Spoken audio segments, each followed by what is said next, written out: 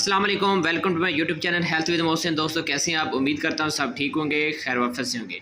मैं हूं doctor Mohsin, homeopathic doctor and pharmacist, आपकी खिदमत में हाजिर एक नई इन्फॉर्मेटिव वीडियो लेकर, एक नए इंजेक्शन के बारे में मालूमात लेकर। उम्मीद करता हूँ कि आप वीडियो मुकम्मल देखेंगे और कंप्लीट देखेंगे। अगर वीडियो अच्छी लगे तो इसको लाइक और शेयर ज़रूर कीजिएगा। चलते हैं अपनी वीडियो की तरफ। आज दोस्तों जो इंजेक्शन होने वाला है वो ग्रेविपिनान इंजेक्शन है। पाकिस्तान में या ख़वातीन में बहुत ज़्यादा इस्तेमाल हो रहा है। आज मैं इंशाल्लाह आपको इस रिव्यू दूंगा कि ग्रेविपिनान इंजेक्शन किस पर्पज़ के लिए इस्तेमाल किया जाता है, क्या ये बेबी की डेवलपमेंट करता है, क्या जो इस इंजेक्शन को बेबी की ग्रोथ के लिए इस्तेमाल किया जा सकता है, क्या ये मिसकैरेज के लिए मुफीद है, क्या जिनका बाल बार जो हमल जो ज़ाया हो जाता है क्या उनके लिए ये इस्तेमाल किया जा सकता है, इसको इस्तेमाल करने का तरीका कैसा है, ये कितने इंजेक्शन लगते होती हैं, कितने अरसे तक लगवाने होती हैं, या कौन सी मिसकंसम्पशन है। तमाम सवालों के जवाब इंशाल्लाह इस वीडियो में आपको देने वाला हूँ। मेरी वीडियो को कंप्लीट देगा इंशाल्लाह, आज आपको बहुत ज़्यादा इन्फॉर्मेशन मिलने वाली है। तो चलते हैं दोस्तों वीडियो के असल मकसद की तरफ। वीडियो शुरू करने से पहले आप दोस्तों से छोटी सी गुजारिश है कि मेरे चैनल हेल्थ विद मोहसिन को सब्सक्राइब कर लें और बेल आइकन को ज़रूर प्रेस करें ताकि नया आने वाला नोटिफिकेशन आपको बर वक्त जो है वो मिलता रहे। तो दोस्तों आपके सामने ग्रेविपिनान इंजेक्शन 2 ml अवेलेबल है। ये पाकिस्तानी मार्केट्स में ग्रेविपिनान 1 ml और ग्रेविपिनान 2 ml जो है वो मौजूद होता है, जो कि आपको स्क्रीन पे जो है वो शो हो रहा है। अगर हम दोस्तों इसकी कंपोजिशन की बात करें, इसका थोड़ा सा इंट्रोडक्शन आपको बताता चलूँ। ग्रेविपिनान इंजेक्शन जो कि इसके अगर कंपोजिशन की बात करें, इसमें हाइड्रोक्सी प्रोजेस्टेरोन होता है और हाइड्रोक्सी प्रोजेस्टेरोन जिसको कैप्रोएट एस्ट्राडायोल वलरेट कहते हैं। ये हाइड्रोक्सी प्रोजेस्टेरोन ये एक हार्मोनल ड्रग्स है जो कि फ़ीमेल हार्मोन होता है, हाइड्रोक्सी प्रोजेस्टेरोन जिसको कहते हैं।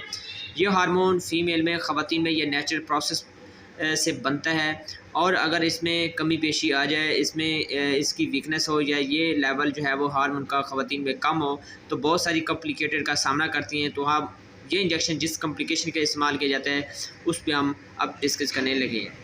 तो सबसे पहले दोस्तों अब हम बात करें, इसको बनाने वाली कंपनी जो बायर है पाकिस्तान की बहुत ही फेमस और मल्टीनेशनल कंपनी है। बहुत सी प्रोडक्ट इसकी पाकिस्तानी मार्केट में आपको अच्छे रिजल्ट के साथ मिल जाएगी।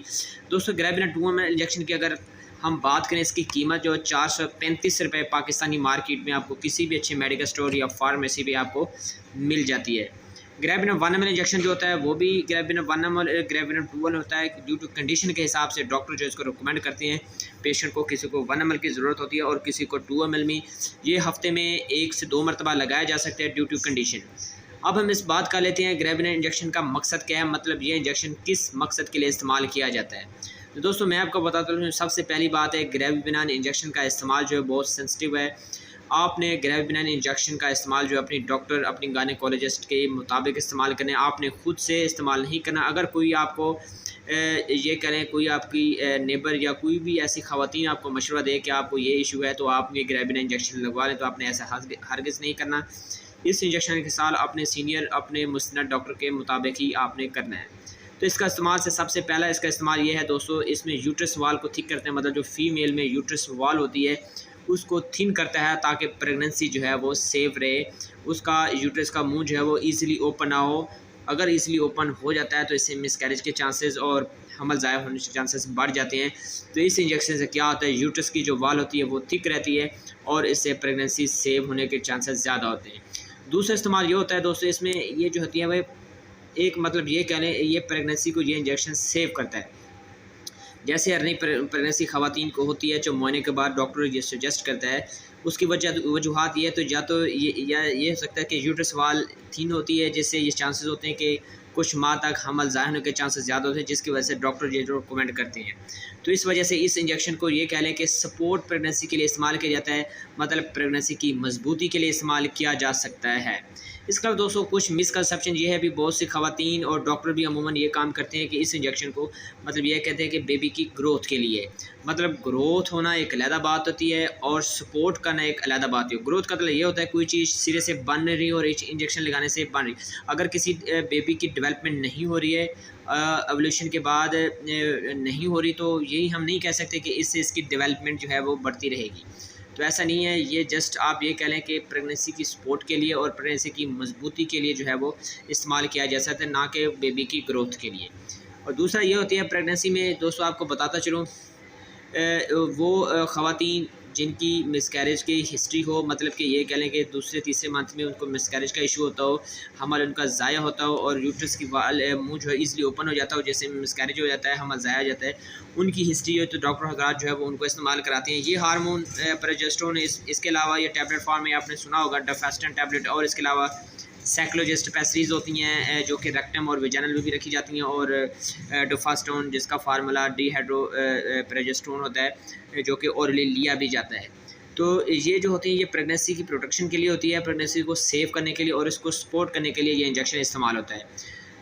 दूसरा ये कह लें कि मिसकैरेज की हिस्ट्री अगर हो पेशेंट में तब इसको यूज़ किया जाता है। और इसके अलावा जो प्री मेच्योर बर्थ होती है वो ख़वातीन जिनको 9th मंथ के बाद बेबी डिलीवर होना होता है और उसको 7वें या 8वें माह में हो जाता है, तो उसको प्री मेच्योर बर्थ कहते हैं। तो इस सिचुएशन को बेहतर करने के लिए भी ग्रेविनन का इस्तेमाल किया जाता है ताकि जो बर्थ हो वो अपने टाइम पे हो और इससे पहले जो है बेबी डिलीवर ना हो। तो मतलब प्री मेच्योर बर्थ के लिए इस्तेमाल किया जाता है, मिसकैरेज की हिस्ट्री हो उसके लिए इस्तेमाल किया जाता है, और यूट्रस की वाल को थिक करने के लिए इस्तेमाल किया जाता है ताकि प्रेगनेंसी की प्रोटेक्शन हो, प्रेगनेंसी की मजबूती हो। तो दोस्तों इसके अलावा आपको हेल्दी जब प्रेगनेंसी हो जाती है किसी ख़वातीन को, तो उसमें जो है पहले 3 माह जो है वो कोई आपने इंजेक्शन खुद से नहीं लगवाना, आपने डॉक्टर की कंसल्टेशन के मुताबिक चलना है। इसके अलावा ये हो सकता है कि पहले 3 मंथ जिसकी हेल्दी प्रेगनेंसी है उसको फॉलिक एसिड का इस्तेमाल करवाया जा सकता है, कैल्शियम वगैरह उसको दिया जा सकता है। अगर कोई आयरन सप्लीमेंट, कोई एनीमिया पेशेंट है तो उसको बाज़ औक़ात जो है वो कोई भी आयरन की टैबलेट जो है वो दी जा सकती है। और ये इंजेक्शन जो बेसिकली बनाया जाता है ये प्रेगनेंसी को सेव करने के लिए। दोस्तों ये था इनका इस्तेमाल इसका ये है कि इसको मस्कुलर भी लगाया जाता है, मतलब कि इसको बेहतर है कि ज़्यादा आप पूरे पे लगवाएं, लेडीज़ से लगवाएं, और इसको बाजू पे कम लगवाएं क्योंकि ये बहुत ही थिक होता है, मतलब इसकी ये इंजेक्शन से ही बहुत ही मतलब कि मुश्किल से फील होता है, और इंजेक्ट करते वक्त भी बहुत स्लोली इंजेक्ट होता है क्योंकि ये बहुत ही मतलब इसकी विस्कोसिटी बहुत ज़्यादा होती है, ये आहिस्ता आहिस्ता जो है वो बॉडी में जाता है। तो इसको बेहतर है कि चूल्हे पे इस्तेमाल किया जा सकता है, इसको वेन में हरगिज़ नहीं इस्तेमाल किया जा सकता। और दूसरा दोस्तों अगर ये थी इनके इस्तेमाल, अब इनकी साइड इफ़ेक्ट की बात करें दोस्तों, साइड इफ़ेक्ट बहुत ही इंपॉर्टेंट है, इसके जानें बहुत होती हैं क्योंकि जिनको जहाँ पे इंजेक्शन लगता है तो वहाँ पर इरिटेशन हो सकती है, मतलब अगर कूल्हे पे या बाजू पे आपने लगवाया तो वहाँ लगवाने की जगह पर जो है लगाने की जगह पर हल्की सी सोजिश या इरिटेशन या एलर्जी वगैरह हो सकती है। इसके अलावा जिन ख़वातीन को ब्रेस्ट कैंसर या सर्वाइकस कैंसर हो या इसके अलावा और किसी किस्म का ट्यूमर या कैंसर की हिस्ट्री हो तो उनको ये बहुत ही कम रिकमेंड किया जाता है, उनको ये नहीं यूज़ किया जाता। जिनका लीवर के इशू, ख़वातीन का लीवर सिरोसिस हो तो उनको भी ये इस्तेमाल बहुत कम किया जा सकता है अपनी डॉक्टर की हिदायत के मुताबिक। और जॉन्डिस का इशू है जिसको पीला जिरकान कहते हैं, पीलिया कहते हैं, उस कंडीशन में इसका इस्तेमाल बिल्कुल नहीं किया जाता। अगर किसी ख़वातीन का ब्लड प्रेशर बहुत ज़्यादा हाई रहता हो तो उसको कंट्रोल करने के कंट्रोल ना हो तब इसको इस्तेमाल नहीं किया जाता। अगर इसको ब्लड क्लॉट का मसला हो या स्ट्रोक फालिज का इशू ख़वातीन को तो तब भी इसका इस्तेमाल नहीं किया जा सकता। इस्तेमाल सिर्फ डॉक्टर के मशवरे से करना है, आपने खुद से बिल्कुल नहीं इस्तेमाल करना। ये थी आज की वीडियो ग्रेविनन के बारे में। उम्मीद करता हूँ कि आपको वीडियो पसंद आई होगी। अगर ग्रेविनन इंजेक्शन के इस्तेमाल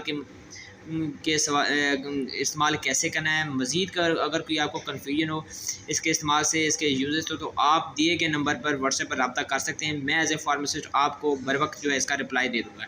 तो इंशाल्लाह मिलते हैं किसी नेक्स्ट वीडियो में, आपसे मुलाकात होती है, तब तक मुझे इजाज़त, अल्लाह हाफिज़।